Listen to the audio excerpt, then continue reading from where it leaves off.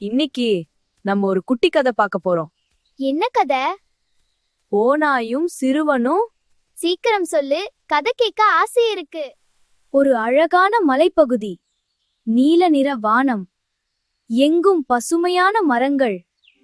அங்கே மெய்யப்பன் என்ற சிறுவன் ஆடுகளை மேய்த்து கொண்டு ரொம்ப சலிப்பா உட்கார்ந்திட்டு இருக்கான்.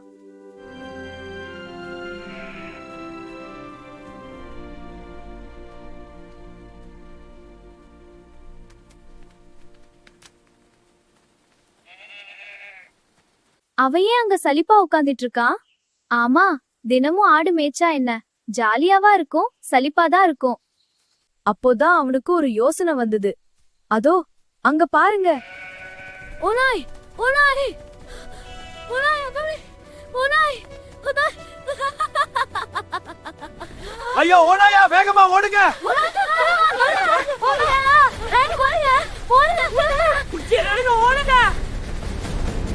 அச்சோச்சோ, ஓநாயா, அந்த ஆடுகள்லாம் பாவம்லா.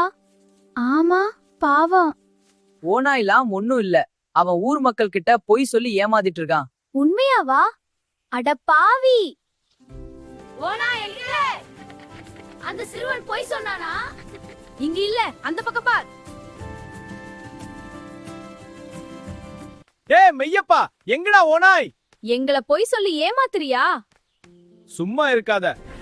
நாங்க முட்டாளா? உண்மையை சொல்லுற. அவனுக்கு இந்த திட்டு வேணும். பொய் சொல்லி எல்லாரையும் நல்லா ஏமாத்திட்டான்ல.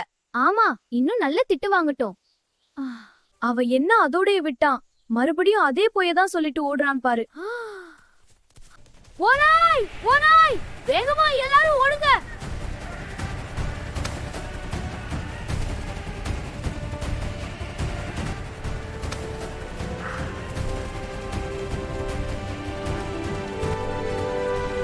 அவன் கத்துன கத்துல உண்மையவே ஓடி வந்துருச்சு. என்னது ஓனையா? அம்மாடி! யாராச்சும் காப்பாத்துங்க!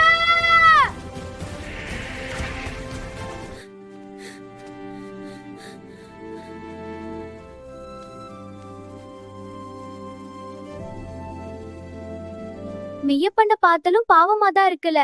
அவன் இப்போ உண்மையை சொல்லுறான். ஆனா அந்த ஊர் மக்கள் அவனை நம்ப மாட்டாங்களே. பின்ன அடிக்கடி பொய் சொன்ன எப்படி நம்புவாங்க? கவலைப்படாதே மெய்யப்பா, நீ பொய் சொல்லும் போது உன்னை நம்பி வந்தவர்கள். நீ உண்மை சொல்லும் பொழுது யாரும் வரவில்லை.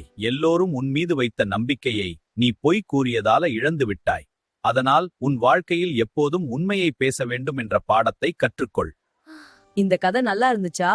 ஆமா, கதை ரொம்ப நல்லா இருந்துச்சு. சரி, அந்த ஆடுகள்லாம் ஓநாய் கிட்ட இருந்து தப்பிச்சிருச்சா?